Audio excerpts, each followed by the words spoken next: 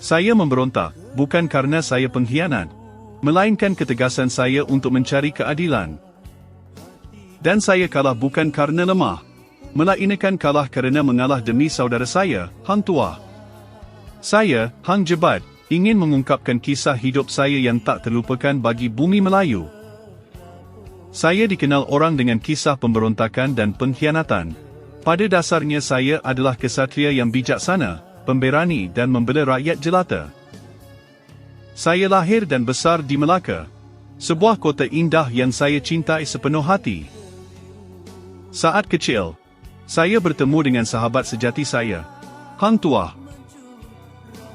Bersama-sama, kami belajar seni bela diri dan berjanji untuk selalu ada satu sama lain dalam suka dan duka. Singkat cerita, dengan keberanian dan kebijaksanaan saya dan Hang Tuah, kami pun menjadi bagian dari Kesultanan Melaka. Tidak ada yang bisa merobek hubungan kami. Suatu ketika Panglima Gagah dan para pengkhianat lainnya iri kepada Hang Tuah. Hang Tuah dituduh melakukan pengkhianatan terhadap raja.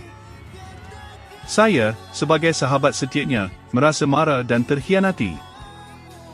Raja akhirnya mengasingkan Hang Tuah, dan itu adalah pukulan keras bagi saya. Pengasingan Hang Tuah memicu rasa dendam dalam diri saya. Saya merasa harus mengambil tindakan. Tanpa memikirkan akibatnya, saya menggunakan keris Hang Tuah yang legendaris, iaitu Teming Sari, dan memutuskan untuk memberontak untuk mencari keadilan terhadap sahabat saya. Setelah melakukan pemberontakan, kerajaan pun kewalahan atas perbuatan saya. Singkat cerita, tiba-tiba Hang Tuah muncul untuk menghentikan saya. Pertarungan antara saya dan Hang Tuah adalah momen pahit dalam hidup saya. Meskipun saya tahu bahawa Hang Tuah adalah sahabat saya yang dicintai, rasa dendam yang membakar hati saya terlalu kuat untuk dihentikan. Kami bertarung dengan sengit. Akhirnya, pertarungan itu berakhir dengan terbunuhnya saya.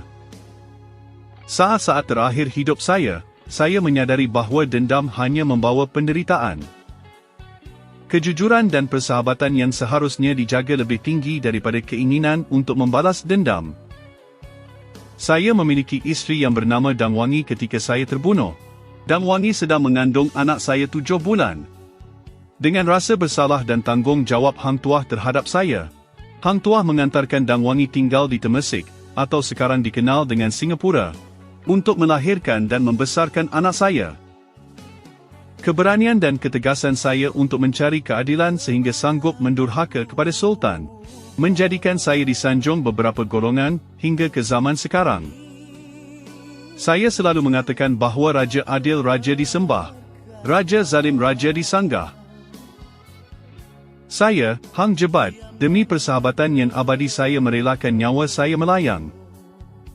Pesan yang ingin saya sampaikan adalah pentingnya menjaga persahabatan, kejujuran, dan kesetiaan di atas segalanya. Karena dalam hal ini kita akan menemukan kebahagiaan dan kedamaian sejati.